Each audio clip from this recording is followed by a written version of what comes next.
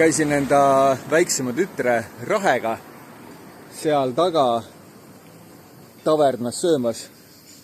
Oli väga maitsev toit, aga see tavern asub kohe sellise mäeaheliku või siis ütleme selliste kõrgete mägede nagu Meteora jalamil.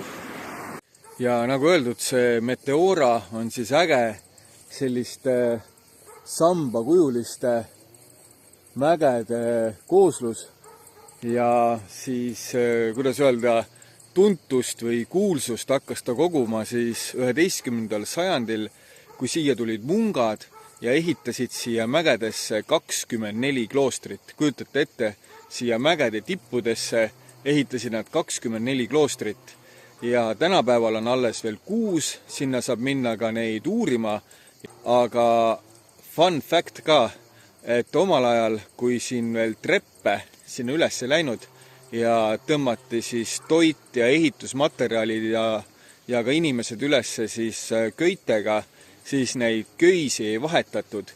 Köied vahetati välja alles siis, kui mõni köis murdus, sellepärast et siis oli see nagu jumalik soov, mitte inimese tahtmine.